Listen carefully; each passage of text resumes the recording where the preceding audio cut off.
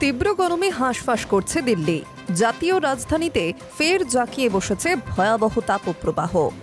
আবহাওয়া দফতরের তথ্য অনুযায়ী শহরের সর্বোচ্চ তাপমাত্রা ঘোরাফেরা করছে 43 থেকে 44 ডিগ্রি সেলসিয়াসের মধ্যে। রাতেও মিলছে না স্বস্তি।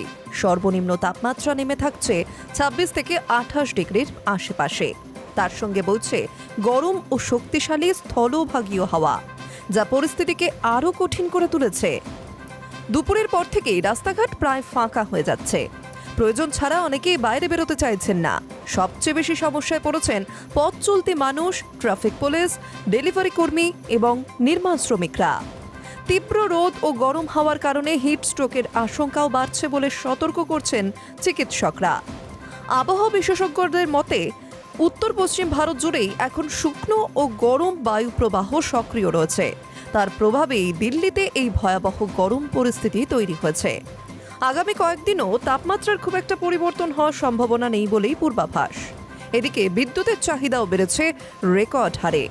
শহরের বিভিন্ন এলাকায় একটানা এসি ও কুলার ব্যবহারের কারণে বিদ্যুৎ ব্যবস্থার উপর চাপ বাড়ছে।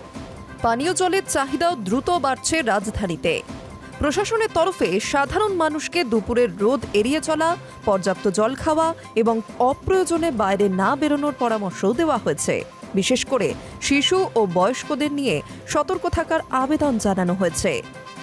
High news network.